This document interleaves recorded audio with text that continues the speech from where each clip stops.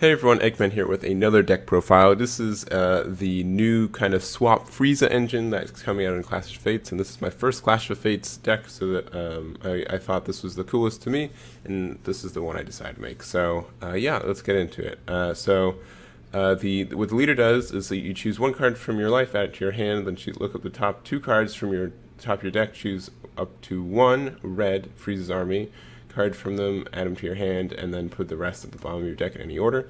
We have, what, 1, 2, 3, 4, 5, 6, 7, so we have 28 red Frieza's Army, so a little bit over half our deck, so not terrible odds, but you can whiff with it, which is unfortunate. But that's kind of what, I think running the yellow package is worth it, but maybe with testing I'll disagree. But on the Awaken side, when this card attacks, draw one card, and then also active main once per turn, choose one red Frieza's Army card from your battle area and KO it, then choose up to one in your hand. Not up to one, you just choose one card in your hand, place in the drop area. This card gets plus 5k power until the end of your opponent's turn. So it kind of it gives you kind of like a sensu bean until the end of your opponent's turn, which is nice, and then also some of your cards benefit from getting KO'd, so there's some synergy there as well, and I think that's really good. So yeah, let's get into it.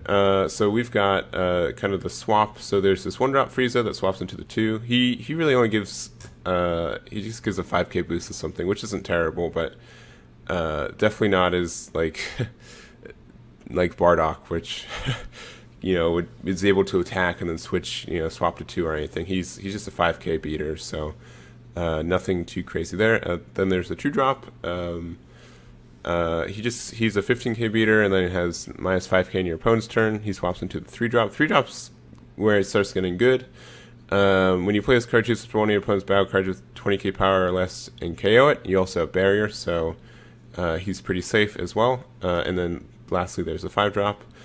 And so he's kind of has a cold bloodlust effect, but once per turn, when your opponent declares to play a battle card or activates a skill that puts a battle card in play, if your leader card is a red Frieza's Army, you may choose one card in your life, place in a drop area, and then negate it negate for the duration of the turn. So that's really good. I wish there was one more step in the Frieza chain, just because this kind of feels like a lackluster end of it. I mean, a 5-drop critical double strike isn't too bad on a 25k body, but I don't really feel like it's closing out games, and so I might want to invest in some other win conditions or pressure. So there's that. The rest of the red cards there are 4 of the new red super combos, so it's a 5 for Frieza's Army. There's 4 Czar Bonds, so when this card is KO'd, draw one card, then choose up to one of your opponent's battle cards that gets minus 15k power for the duration of the turn. So that's really cool. So if you have this card out, and then you use your Awaken side ability, so you go -2, and then you draw a card, so you go -1, and then you can KO one of your opponent's cards, so you go even, and then you have plus 5k on both sides. So that's kind of where Czar Bond is really good with the Awaken side. It makes it not as negative, and then the Doria is kind of the same thing. When it's KO'd, you choose up to one red Frieza card with energy cost 2 or less from your hand and play it. So you can play only one of these 2, but you just get some free tempo, especially when both of these cards are really good also to get from Frieza's Call. And so Frieza's Call, you just choose one Frieza's Army with energy cost 2 or less from your deck, play in rest mode, and then shuffle your deck. So you can play this for 1, and then use your leader's ability to KO it, and then you got this out for 1 energy, or you were able to KO something for 1 energy, right? So that's really powerful. Doria is kind of not as good, but he is nice to have. He also has blockers, so that kind of helps it as well. And then let's see, we've got, for the rest, we have 6 negates. We're running 4 paralysis technique. This card's really good for weathering attacks. If your opponent can, play around it by just playing cards one at a time and stuff like that, but you negate the attack, and then if your leader's a red Frieza's Army card, choose your opponent's leader card and all their battle cards, and they get minus 5k power for duration of the turn. So really good there, and can also just like KO a bunch of like 5k bodies just hanging around too, so that's really good.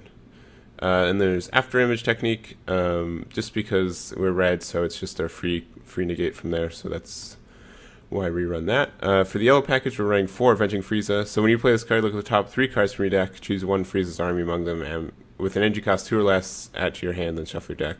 So that's most of these cards. So 1, 2, 3, 4, 5, 6, so 24. So you have 30 cards. So you're gonna hit it. I haven't missed with this one yet, so that's good. 2 of the OG Cold Bloodlust. You probably you're charging red first and then going from there yellow. But you can also charge yellow first if you have Avenging Frieza's card or Goldo, so that's why you do that. Frieza's Call is probably like one of the best cards in this deck, just because it can get out so much options, and I think it's a really cool card. Then we have Goldo. When you play this card, if your leader card is a Frieza's army, choose up to 1 of your opponent's battle cards with any cost 2 or less and switch to the rest mode. It also has blocker, so you can even use Frieza's Call just to get this out.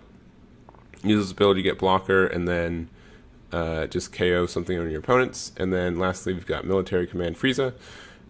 When this card is KO'd, choose 1 Frieza with an energy cost 3 from your hand and play it. This card's probably the only kind of lackluster card in here, but it's nice because it gets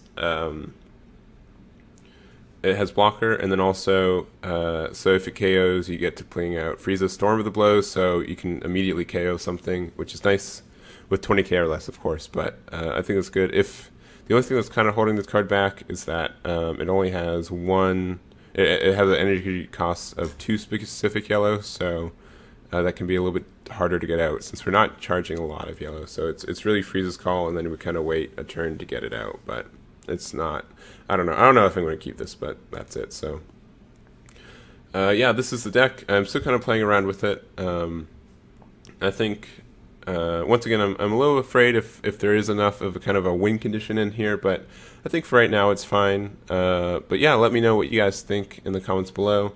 Think about what cards that you guys ran differently. If you think the just mono red package is better, please let me know as well. And yeah, thank you guys so much for watching, and I'll catch you guys next time.